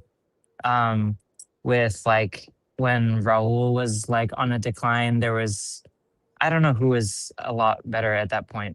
I forget who, but it was like very obvious. We have another guy that's like hot and ready and like going, we don't have a lot right now, but like, let's bring on the kids or like, let's try and like, do something different. And like with the Alex, let's put him up. He's played like in the middle. Let's stop trying to convert people into positions that they're not comfortable in. If we're in a hot streak and we're doing amazing and no one can stop us, then sure, let's convert people and like play them in positions they're not fully comfortable in and bring in Kim Kihi, our living dinosaur, and all that. But we're not doing great. So let's try and fix some stuff I just want to qualify for the playoffs. I'm okay for a wild card match, and that we go through by some form of scrap or whatever. And I really miss all of the players that we sold. I hate Albert's set pieces. I miss Danny Leyva's. I miss Obed. I miss a strong guy who can dictate and give leadership. Man, we didn't appreciate the Christian Obed double pivot while we had it. No, we did. We did. It was we did awesome. It was appreciate awesome. Like I think miss we us did last year. appreciate it. Yeah, like I think when we it did, left, we talked about it a lot. we talked about it a lot. I don't know. Strongest depth in the league. I'm just like, it's like, damn, let me get back with my ex real quick. Like, listen, he's like a backup at Atletico. He could get some minutes, like a little loan moment. Like, he could. Come on, let's bring him back. You know what I'm saying? Hey, now that Pedro's gone for the season, let's put him on a season-ending injury. Bring in Obed. Come on. Designated player Obed Vargas. Come $10 on. million transfer fee. It can't get any worse, can it? Missed the season-ending injury deadline, bro. Yeah, unfortunately, we can't see anything. It's tough. It's tough. By 2 Let's weeks. just put in. I mean, if Miami can make a bajillion signings, then let's mess with the rules a little bit.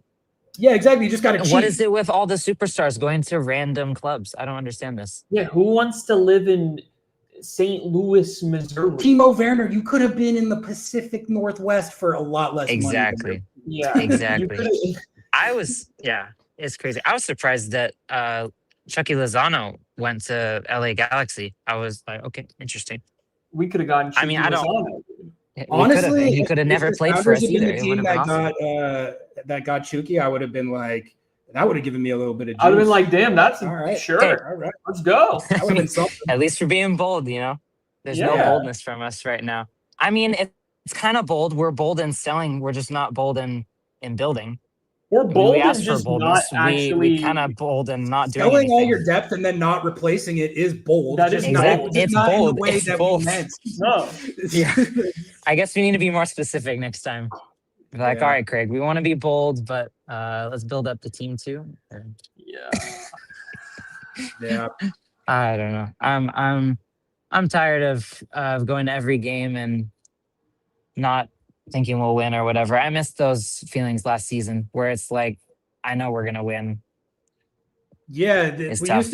used to go into every single game, not knowing that this team was going to win, but knowing that they would at least be very Put up a competitive fight. for a win. Pretty Yeah. much that's what we're used to, man. This for years and years and years. Exactly. We go into these games and we're like, I don't know if the team's going to win today, but God damn it, like they're going to be competing for it, and that's just Exactly. It's that underdog thing, that fight. It's like the whole culture kind of is like missing. I feel like it's probably because of like all the big pieces that are gone, but still, I mean, I don't know. It just kind of shows maybe was it really built in the young people or not? I don't know. This team used to have such a good culture of like it doesn't matter if someone's missing. It doesn't matter if you have injuries. That Like, next man we up don't thing make- is we don't make excuses. We don't do that. Like other teams can say, "Oh, our DP's injured, so we're going to tank." Yeah. This team did not used to. There was such like an instilled part of the DNA that is now. Well, listen, if you've never seen a Seattle Sounders match in person, let me tell you what, those Wednesday night tickets, they're about to be super cheap if you want to come and watch some footy against Austin FC, one of the also worst teams in the league. Dude, you can do that. let's bring back Raul. Come on. No, I'm We've kidding. done That won't this be good for us. bit. I'm not. The I'm kidding. No, line let's not for do the that. Please, no. grill- Let's not the do line that. for the grill at the unction is already too long. I'll see your Come Raul on. reunion and raise you Freddie Montero's Yes. crypto Okay, portfolio. you know what? Yeah, give him And free NFTs. and you will have even more lobbing Scorchers at that point. Free Remember that. NFTs for everyone. No goals and no wins, but you get He's your trying to hit a crypto. home run in a soccer game. Yeah, well, Caleb, we got to keep churning through the queue Yeah, here. But fun any seeing you last guys. take- Brian, let's just change something. I'm scared. I don't want him to go. I'm afraid. I mean, it can't be worse than Siggy, but I just hope he doesn't take the blame instead of anyone else who really deserves it. Yeah. Keep Brian. I keep Brian. Sorry, not Ryan. Good stuff, Caleb. Ryan Appreciate appreciates you, you. man. It's good to see you, man. Calling for the next one. Yeah, we will. See you, man. Take care.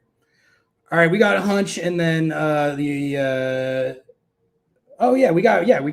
Caleb. We've got I don't want to. We have sticks. I don't want We have to put sticks. one Caleb over another Caleb. We have sticks. We have love and sticks. value Yeah. both our Calebs. Let's get hunch in We here. have hunch though. first, and then That's it. No one else tap in. Hunch Caleb, and then we're done for the night. But Hunch, you're on stage right now. It's another L for the Seattle Sounders.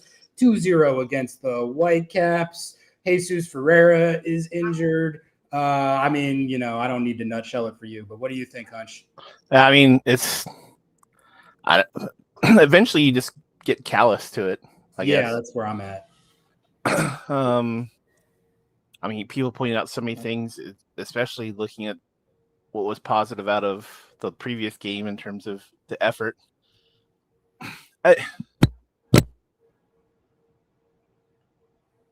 Uh-oh. Did we lose Hunch? I think we lost. He's He's here. We're good. Sorry, I said I'm sure there's some theory out there or some formula like the stages of denial, but is applied to failing leadership. And there are probably stages to it. I don't know what you would call it, but like the first stage would be like literally denying there's a problem. Yeah, she's right here. She wants to. She may speak up. Okay, denial of what was happening. That didn't happen. Brian Schmetzer said, "We're just injured. Things happen. We'll turn the ship." Right. Okay, Then the next part is the next stage. I would say is, saying we're going to solve this. Not saying bargaining. In a way, but again, this isn't a depression thing. This is more like leadership that's crumbling. That's the way I'm approaching it. Then the third would be, I'm going to take care of this. Not accepting accountability, responsibility, but okay, fine, there's a thing, but I will deal with this.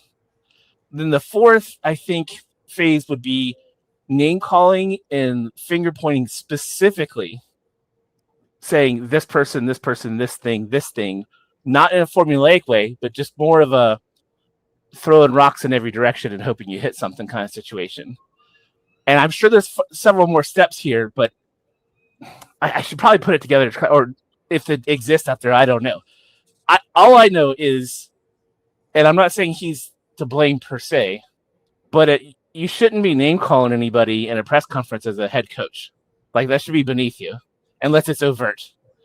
And like the lack of fire around the team against Vancouver, like Jackson Reagan literally did a step over of the dive in the box right at the end of the first half of the not injured Vancouver player that was waiting on a review for VAR that wasn't even called a foul. That's actually a red card offense if he was injured. Like, stepping over a player who's down can get you ejected. Oh. So, I mean, you talk about Reagan having respect for Vancouver, that's pretty overt in that, like, he's like, get out of here with your trash. That said, I don't know about the rest of the stuff that he pointed out, whatever. But this is kind of happening at a couple levels, and I still don't see anybody stepping up and saying, hold me accountable, whether it be players or otherwise. It's just, we have to do better. And it's generic. Or anybody on the coaching staff saying, this is on me, we're going to get this fixed. And then showing follow-up to that statement. Oh, this was on me, we're going to get this fixed. Here's us attempting it, and then come back and say, this is what we tried. It didn't work. It's still with me. Don't give up yet. We're still doing this. Not hearing that. Not hearing any of that. So I don't know. As far as Weibel goes, it seems like if I was him, I might just consider resigning because it's only going to get messier. But why quit when you can get fired and get a severance, right? That's what I would do. Listen, right. like, you got to think about it. Like, yes, Craig might be a high-paid employee, but he's still an employee, and we advocate here at Lobbing Scorchers for employees' rights. We're pro-union. We're pro getting that severance package. So can you blame him? Because, like, man, no. I would do the same thing. Yeah. Quiet quitting. Again, that's what we've been saying. I think the get out of jail free card is going to be not having the quorum, because you're not going to have the interest in voting, because you're not going to have the fan base there to give a crap to vote. Yeah, the question is really, does he make it to the vote? Because I have a feeling that, okay, here's my two visions on it, right? If you keep him on through the vote, knowing full well that either the fans will reject him or you'll fire him no matter what you can do is win some PR. You throw him to the wolves, you let the fans feel like they have a say, and you turn from there, right? It gives you some time, like a longer period of time to actually start looking for a GM. Now, that said, you're snaking Craig Weibel. So you are disrespecting one of your front office people, which could be seen longer term as not that great. Or you fire him before he's able to get to the vote, or you ask him to resign. Fire, I say in quotes, but like, ask him to resign, do whatever. So yeah, like maybe he has a new opportunity before. Look, not to sound like Ryan Saylor here, but we got to protect the integrity of the election. No, we do need to protect the integrity, because who's to say? How are we going to verify how the vote turned out? They could tell us anything about how the votes are actually tabulated, right. And unless we inspect the voting machines anyway. We need to. Okay, here's the thing though. If there is a vote, would you guys like an election night stream with a Steve Kornacki? Yeah, touchscreen. The touchscreen guy. Oh, I get the touchscreen. Dude, my dream is to be the touchscreen. Okay, we're doing it. We're doing it. It's all we're doing. So here's the other side of that coin. What if feeling is 20% of the outvote, and the front office is accounting like they want it to be that, so they can say, well, we're going to listen to what you said. Then the vote doesn't come in. It's like, well, we're going to fire him anyway. It's like, what about the power of the people? Like, what just happened there? Like, what just happened? I don't think that's going to be the case. But again, as other people point out, I don't think this is his fault from like the resources are as such fundamentally. Like that is, yeah. But resources are as such, you just have such little margin for error. You when your resources are such and you drop $800K on Hassani Dotson, that has to hit. Like that has to hit. So we spent $800,000 on Hassani Dotson. There needs to be a deeper. We praised it, so I want to see what the rest of the scouting is around that. Who did they not sign because they took Dotson? Like who else did they scouted? That isn't at Defiance. That's what I want to see, and then discern from there. And then is he the one making the ultimate say?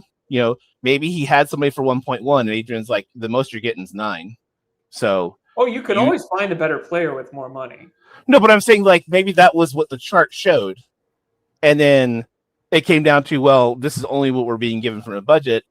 It's Dotson or somebody else who might not sign. Who knows? There's there's layers to that. So it's like, yeah, while the trigger was pulled there, it's been pulled on a number of people who have spent more time in Providence than wearing Providence. That was fire. Right, how long have you had that? Yeah, you teed that one up. That was on the fly. Give me that one. Scratch that one off the notepad. It landed. I'm just going in the special. I'm gonna steal that. Did you see the scarf they have? That's literally like the heart rate monitor in the pro shop, and I'm like, really? Like I put it out on Blue Sky last game, and I was like, for a team that's like Injury FC, how? Even if you greenlit this 6 months ago, you take it off the shelf for now because there's no year on it. Put it up later. You could not have this for sale right now. Like, what are you doing? Read the room. Am I wrong? I'm carelessly jumping to another topic here. Am I wrong in that you get 5 personnel substitutions in 3 windows, not counting the halftime? Yeah, that sounds right. There, you also had injury subs. There's different. The only one that I'm aware of is concussion. Yeah, which we had one tonight. Yeah, the first Vancouver kid was concussed. Okay. For the Sounders, Jesus was subbed off in the first half. Correct. Then to start the second, or early in the second half, they subbed on Lopez by himself. Yep. Yeah. Then Osaze and Gomez came on. Yep. Those are 3 windows. And then the last sub was Gaffney in a 4th window. Mm-hmm. That's I think not the injury. I think it's the injury that makes it allowed. I've never heard of an injury sub that wasn't a head a head injury. Anyway, I don't know. Leads me to my point that ref was dog shit. As far it didn't cause us to lose the game, but they were terrible. Like the calls, non-calls, not great. Like Moose gets he's defending in the first half against a defender who puts himself in the wrong position. He doesn't undercut him. He gets bodied out by Moose, and he gets called for a foul when he has a breakaway. Then later in the second half, our dude gets straight up undercut on a header, like just underneath him, no foul.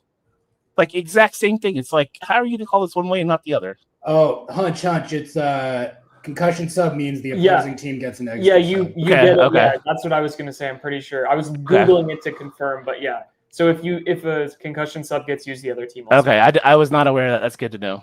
I didn't know that either. Yeah. I thought that was the case, but I this is true. I have also independently verified this election. The other thing I'll say is back to other than the refs being crap and not calling a number of things, especially both ways. If you're having to sub off your right back twice, what are you doing?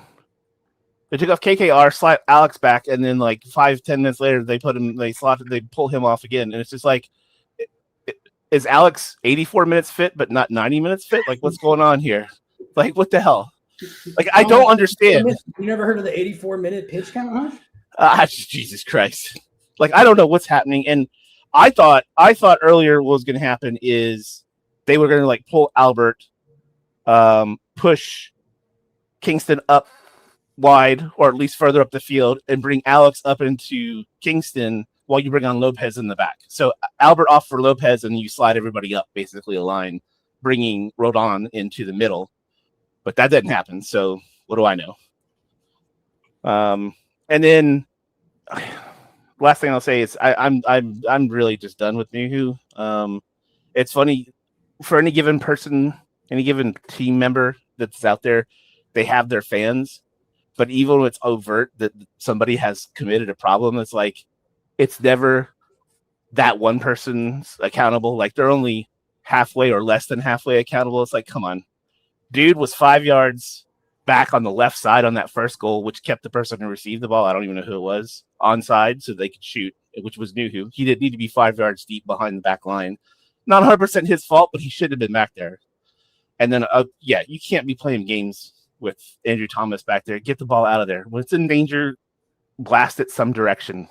Out of bounds or up the field or whatever. Like, stop playing games. I think that was the moment. There have been a lot of surreal moments during this losing streak, but I think I ascended to a different plane of existence when that happened. Like I was sitting there in the press box, and like everyone saw immediately, oh yeah, that's an indirect, that's a free kick. Like they're going to score a goal off that. I'm just sitting in the PB, just like. There was an audible chuckle. I can't say that everyone was upset. More just like, what the fuck are you doing? I saw God. Yeah. So we've long been known to be we've ascended past whatever like rage or anger or baffledness. We've ascended past that. We're kind of at this new level of existence, which is just Seattle Sounders soccer observer. And it's like I just sit here and I float. No, I don't feel happiness. I don't feel sadness. I don't feel anger. I don't feel joy. I just am. We're at the event horizon of what is the black hole for the rest of the season, and not even light can escape. Like we can't see where we came from, and we can't see where we're going, and there is nothing else in existence because it's too late to escape.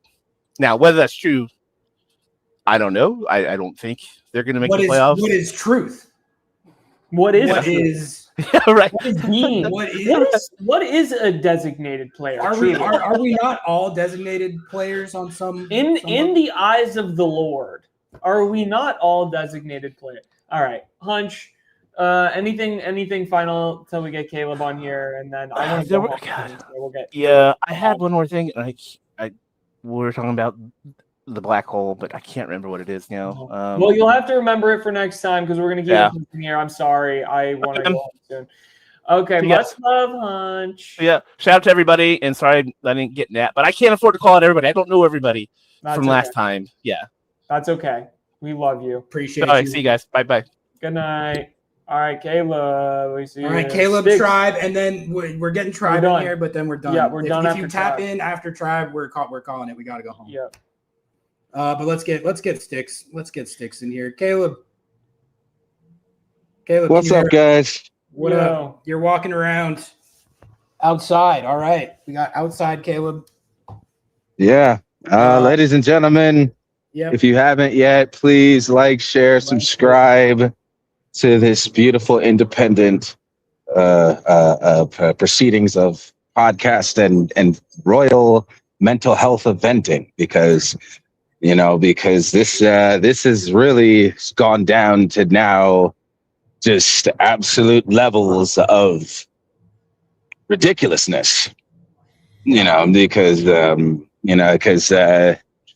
but yes, again, ladies and gentlemen, please subscribe to, put the like, share, subscribe for the QED coffee and, morning shows and all that beautiful Don't worry, things Ari will that be make up early ours. tomorrow. He'll be up early That'll be- tomorrow. Bright and early, crack of dawn. Hey, man, maybe you and me should actually run the morning shows, because I could be Nico Moreno, I could do that, or be better, who knows, There we go. No shade, just no shade to anybody at the other parties, but okay, but talking about the game was absolute dog shit. Yes, I mean, the first little chippiness, I kind of liked it at first, because I was just like, okay, yeah, this is gonna get chippy. We need that bite, and we need to show that we're not we don't have just show that we got some teeth in the bite, which I kind of give that I'm gonna grade that a D, a solid D, maybe a C plus, just to be nice. But there was there's just no bite, and I said it before. This is stale Schmetzer, it's it's stale Schmetzer as much as and now we got this new injury with Jesus Ferreira. This is just really just absolutely embarrassing, just embarrassing all around, because I mean, like I said, this is on, as much as everybody doesn't want to talk about it, or they say now it's to be the scapegoat about it, be like, no, I've been on this problem ever since we've had how many years of, former general management. Do you two remember that number, that beautiful long ass number that has been, Sidious, that has been palpatined in our front office of infiltration? 10 years, 11 years. Oh, no, I think there was one more on top of that. I think it was, oh, yeah, that's right. It was 12 years. That's right. The 12 years, because, again, there's so many that was just so naive about saying that, oh, we have ambition. Oh, Garth is loyal to the crest. Oh, we have such... he would, I mean, for us to for us to go to to just leave us for like a left testicle, like he did to Real Salt Lake, like a right testicle. So we have both been a shriveled up ball sack in the eyes of Garth, so while the scrotum is absolutely Atlanta. So welcome to that reality. I know it's hard to you laugh at it now, but this is what I've been trying to say years ago. But your analogies are some of the best in the whole world, Caleb. I'm sorry, you're cooking too good. Keep cooking. I mean, like I said, if you have that, seriously, we have literally, I've said this, but again, so many Sounders fans that has blocked me, so many group chats that I have tried to be friendly and tried to be cordial, giving them the 411 of the so-called, saying that I was a whistleblowing conspiracy theorist. And then while all the other people think that I was like Rafiki, that I had the brain of a Sunday sada, squash banana, no fafana, ho sasana. Everybody thought that I was everybody thought that I was that crazy. But no, I'm so happy now that that we have literally gotten this low to just have to not even have no bite anymore. The signs were coming.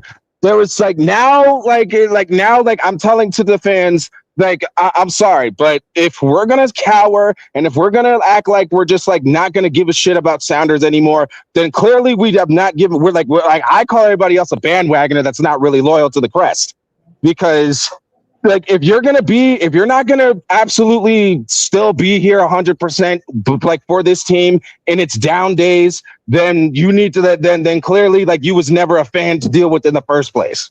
Like, but I'll leave the questions for you guys again. So that's just my take. I don't even have any questions. I feel like I feel like you've laid it out there. I don't know. Do you have anything else you want to cook on there? Like I know we're already coming to the end, but I feel like everything you've got. Give us one more take, Caleb. Okay, I'll give just one more take. I mean, because like I was gonna keep quiet about this, but you know what? I'm gonna give this to I'm gonna give the MVPs, even though that they lost tonight in against Will Ferrell FC 2. I've got to give it to the MVPs, the Tacoma Defiance, because they actually did something this year alone that like stupid first team that we so-called love and that we have so much admiration and punditry of defense that we have so of an opinion of democracy, but like those boys that does not have no TAM sign, that are not TAMs, that are not GAMs, that are not DPs. They actually scored 4 goals on fucking on the Real Monarchs. No, not 3. They scored 4 on the Real Monarchs in America First fucking field. No DPs, no TAMs, no U22s, no nothing. But they were able to actually do something that 15 fucking years that like this fucking team right here that still has like that again, so many of the fans are still going to overshadow this streak because of 15 years. That still doesn't mean anything to them. There's just people are still going to crash out about, oh yeah, we lost to Portland and lost to Vancouver, and then and probably we're going to get like Minnesota, or we're probably going to get reverse revolt rolled from the Club of Professional Wrestling Enthusiasts. But who cares? But no. Everybody's gonna care about that, and that 15-year streak is still gonna be swept under the fucking rug. So, like I said, I give my credit to Tacoma Defiance because even though yes they lost tonight, they have put up way more balls, way more effort, way more like as you said on your Lobbing Scorchers podcast. That when you was roasting RSL and Zach Booth and all those guys, you were saying like, look, I'm going to quote what Ari says on this episode. He says, look, this Tacoma Defiance team has way more tenacity, way more grit, way more pedigree, way more enthusiasm and experience than our first team. So like, again, I don't care. Like everybody from top to bottom, they're all getting roasted out. And because if you got something's got to give. Like Craig, you believed in this stupid thing. You believed in your RSL stupid ideology. I am yelling at this right now at the top of my lungs. Get out.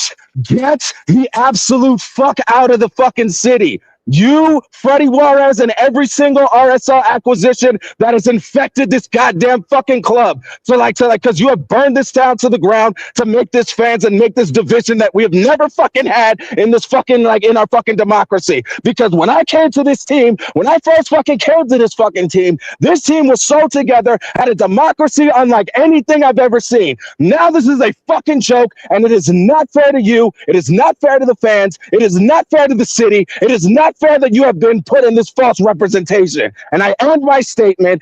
God bless America and the Seattle goddamn fucking Sounders. Thank you, Caleb. Much love. If you're going or getting home safe, get home safe. All right. Absolute fire. I mean, what would you come to expect? Tribe, I don't know how you're gonna I don't like Tribe. I don't know how you're about to Let's hit these last couple. What is there super chats? No, we got them all. We got them all. We got some jewels from some people. Jewels. Thank you for some jewels. Thank you, Nat. Thanks for dropping your jewels, putting your jewels on. Do you our know stream. what the jewels do yet? We get money from the jewels. Do we? Yeah, we get money from the jewels. Okay, we take all right. it. Tribe, you ready? Yeah, Tribe, Tribe. 2-0 L, another L, 9 out of 10, all comp, 7 in a row in the league. Jesus Ferreira injured. The squad's a disaster. The owner is broke. I mean, like, what else? Caleb's waking up the whole neighborhood. Caleb woke up his whole neighborhood. How are you doing, Tribe? I'm just here, man. I mean, I'm just here. Right? I love this because the fans are gonna start crashing out. Caleb, holy shit! Seriously, Nico has nothing on this guy. I'm just gonna say that was something special. Put him on the morning show, please. Genuinely, like who needs coffee if you had Caleb? You know what I'm saying? Caleb. QED sales might go down if we put Caleb on the morning show, though, and it's like, we do have to balance out the sponsorship opportunities here. But Caleb is a club legend. All right, absolutely. Caleb for GM. I mean, we do look like a triple cup. Yeah.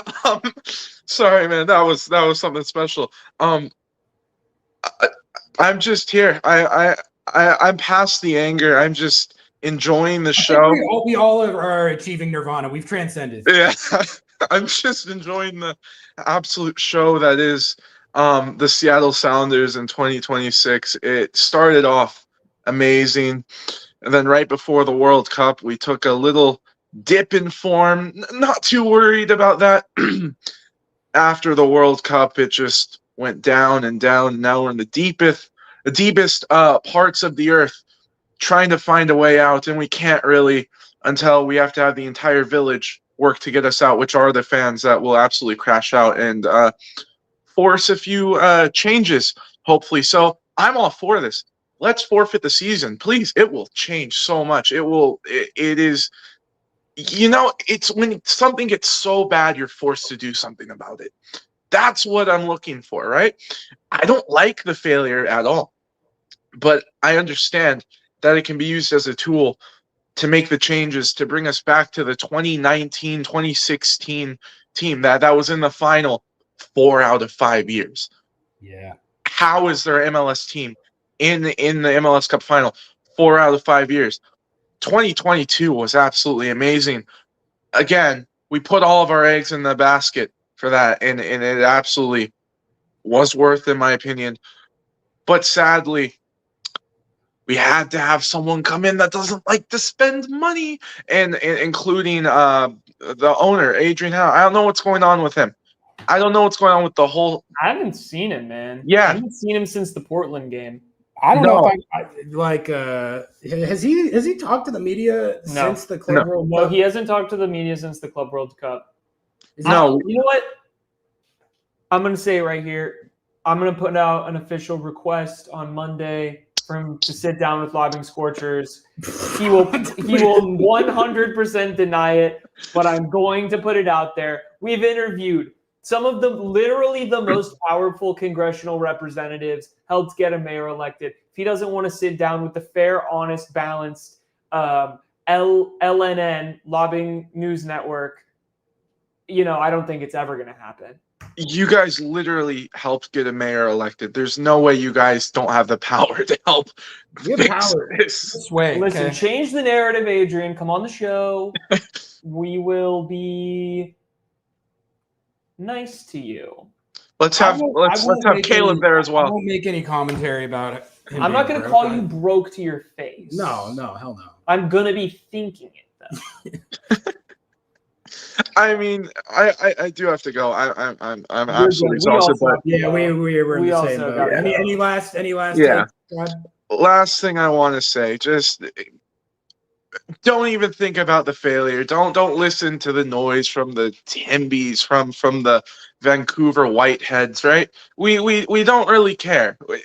It is what it is. They didn't do anything. We have injuries, and we have a general manager that did all this. I do have a question, though. Is the general manager to blame, or is it the owners, or a mix of both? Well, that's the whole debate that we have all the time. But I think there's probably there's enough blame to go around. But for me, like when I look at it, I think if I had to point at one thing, it would be the resources being such first and foremost. Like that's you need resources as such to be able to, when you have like holes that need to be filled, you need to like go out and be able to fill them. And you also like when you sell half your roster and all your own players for GAM, that the GAM is ostensibly to be used on roster reinforcements, which they have famously not done. So it's like you need to be able to do that stuff. But then like like we were talking about, man, like if you are in that situation where your resources are as such, you can't miss like at all. Like even if your record is more mixed than outright terrible, which that's how I kind of describe Craig Weibel's record. Like I think he has made some good moves, but like the ones where he's missed, it's just debilitating because you don't have your resources are not such to be able to like offset it with other moves. So it's like there's so much pressure on a move like the Dotson move, where if you don't get value out of that, like it's bad. So absolutely, it is very, very bad. Last thing I will say, just have fun, just enjoy the season, guys. It is what it is. It's over. We're obviously not gonna win anything unless miraculously we have Morris come back and play his very best, which not this season. There's absolutely no way unless Rusnak finds his 2022-23 form. Not gonna happen.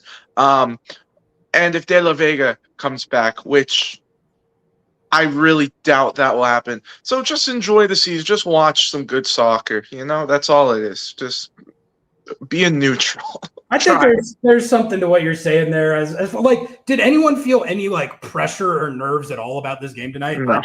I got here and I was like, whatever happens, yeah, achieve nirvana. I accept whatever the soccer gods decide. And in this case, they decided to have Nuhu kick the ball to Andrew Thomas and Andrew Thomas pick it up. And then, like, dude, when Andrew Thomas picked it up and they were both just standing there, they're just staring at each other. That was a truly surreal moment. One of the most surreal moments of this. I had no reaction. I was just staring at that. Yeah, they were staring at each other, and everyone was watching like, the game. Was okay, new one. It's a new one, guys. We found a new way. Yeah, found a new way. All right. I will say, hardly anyone scores those opportunities in the past, though, because you knew that was going in. You knew that was going. I didn't, though. I honestly didn't think it was, because I saw all of these videos of the best players trying to do it, and it's so hard because it's hard. such That's a flooded box. I said something like these are way harder than it looks, and then I was like, but it's going in, like for sure. Yeah. No, but it went in. We found a new way to concede a goal, which is quite spectacular because I haven't ever seen anything like that happen live in my life yet.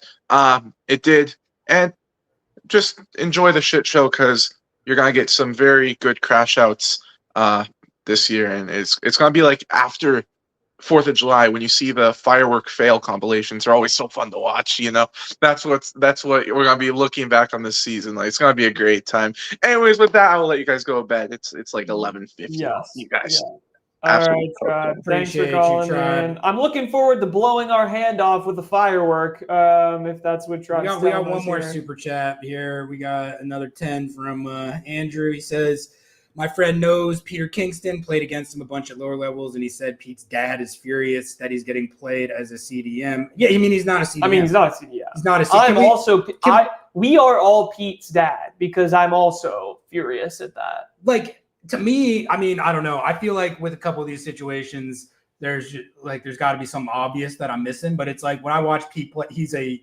winger or a wide back. Yeah. Like there's not like if you really, really had to put him at CDM in like a game that was not like this, maybe you can do it in a pinch, and maybe that's the situation that Schmetz feels like he's in. But like, just play the Roldan there. And what's really gonna happen if you play Stu Hawks that's like worse than what we saw tonight? Like, I don't know. It's not going to be worse. It's probably going to be better. Probably that's your chance at being. I want to end with this comment, and then we'll be done. Committed to waking up at 4:30 a.m. in Spain on honeymoon while also extremely hungover. Holy crap, that was a bad idea. I could have told you that was a bad idea. Could have told you that. That's why you got to listen to the show, which this is a great time for us to plug that tomorrow Lobbing Scorchers kickoff kicks off at what time, Ari? 8 a.m. So 8 hours from now, live on this YouTube channel right here, youtube.com/@Lobbing. What should I talk about, guys? I don't even know. I might just not do an outline this week. Yeah. No, I might just get on there and freestyle. Freestyle. He'll be up there. Maybe I'll even tap in. We'll see what happens. But it's great. It's great to see you guys. I really appreciate you all for watching. Make sure you hit the like button if you have made it all the way through. We appreciate you. We are in hell. We are together. But we're together. We will see you tomorrow, and we will find the passion, the vision, the aggression, the fucking mindset. We'll find the fucking mindset, and we will find the football club. We'll see you guys soon. Love y'all. Peace. Bye.